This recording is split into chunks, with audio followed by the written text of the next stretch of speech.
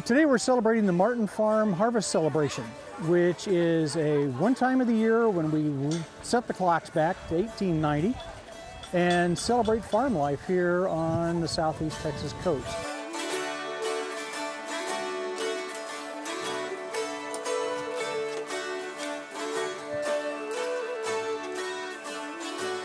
There's a number of activities going on today. We've recreated farm life. We've brought farm animals back in that aren't usually here. There are wagon rides. Today we're crushing cane, as you can see. This was a process we harvested cane from these fields. We crush it here into a liquid, and then it's cooked over here in the cane cooker and cooked down to cane syrup.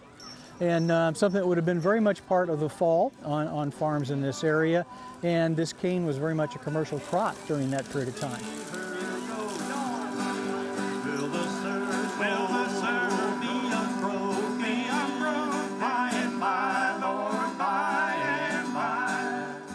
What you're squeezing, this is the juices. No, that's what you just squeezed. And see, then we got a screen on here to catch all the real rough things to screen it out.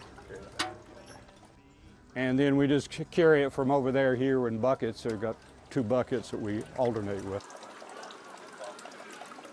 Once we put the cane in there, it'll take us probably 3 hours from the time we put that to get it actually through the system into syrup, ribbon cane syrup. You eat it on pancakes, eat it on, it's like, it'd be like a maple syrup, similar, except it's, the sugar cane, but it's a real sweet, it's a real sweet syrup.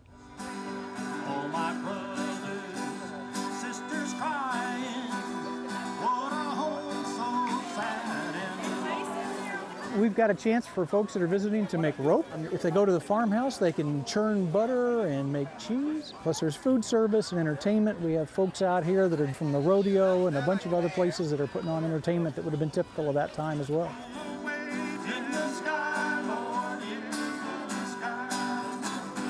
1, 2, 3.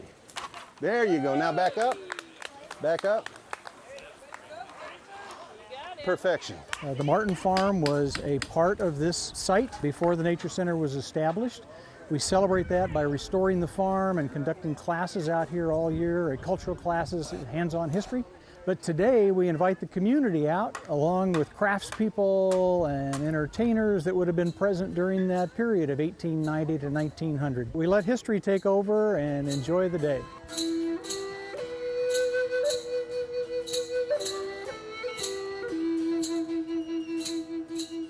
This is a handmade soap made with goat's milk from the white goat right over here, whose name is Valerie. We have green apple, vanilla, and oatmeal, milk, and honey. It's all handmade. My son and his friend are making cornbread in a Dutch oven. They've got some beans going as well, but they're making cornbread, which they'll be passing out to people coming by. This is the Armand Bayou Nature Center, Martyn Mercantile, our version of a general store from the 1890s. We have hard-boiled eggs and peppermint sticks and lemon drops for 2 bits. And then inside we also have some weavers and spinners and a lady who has hand-sewn hats and period costume dresses. There we go, there we go. I'm making string. I push on the treadle. The treadle makes the lever go up and down, which makes the wheel go round. You just put that into there and it twists it. Well, if you look really, really closely, you see little lines, and those lines are a wool or a cotton, some kind of fiber.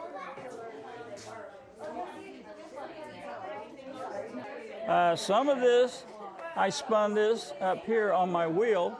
That way I could get some really artsy yarn there, nice and big and fluffy. This is a very easy and inexpensive loom, to get started with. The thing about it, it's just so easy that most people, even children, they don't get bored with it. The hats are of all different periods. A lot of my hats can be like from the Victorian period. They can also be pioneer. They can be reenactment. This one right here is a black top hat. I made it so that the mask can be removed and you can wear it.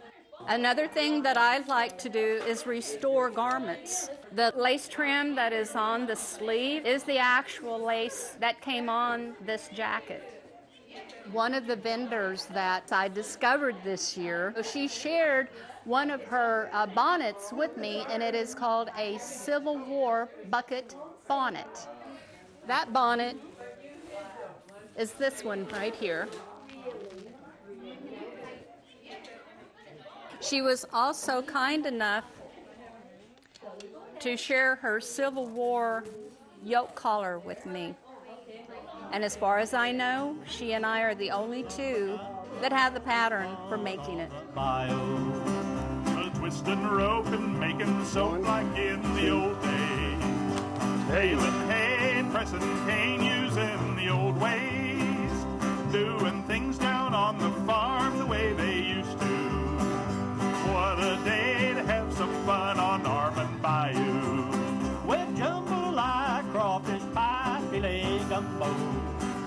Oh, tonight I'm gonna see El Neo. Pick guitar, fill fridge jar, and be gay. Son of a gun.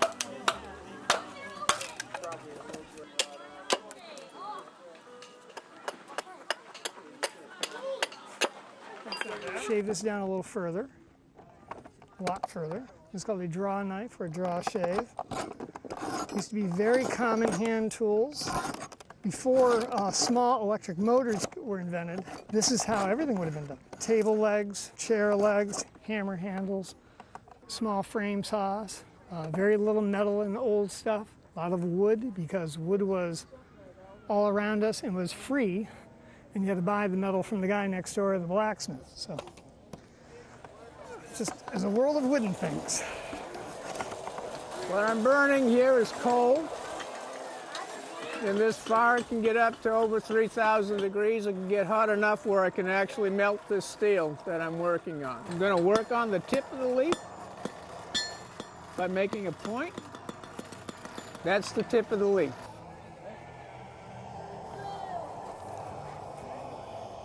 Right here is where we're going to start the stem. Faces together.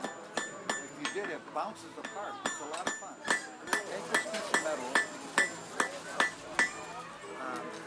Just try to see how hard it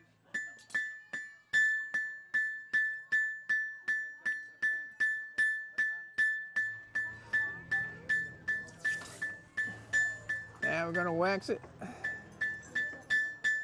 This wax will help seal it up so it doesn't rust.